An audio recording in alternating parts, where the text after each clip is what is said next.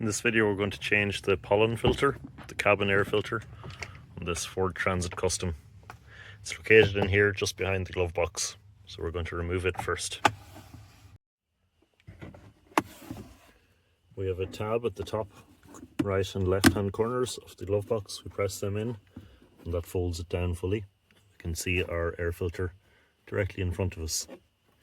To open it, we have a little tab we press in on the right hand side, and now we have access to the filter, which we can pull out.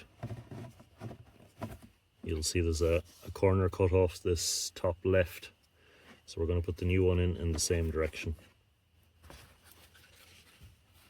That's our new filter here, which matches up nicely.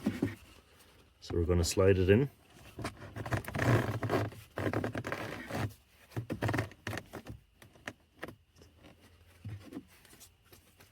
We can insert this tab on the left.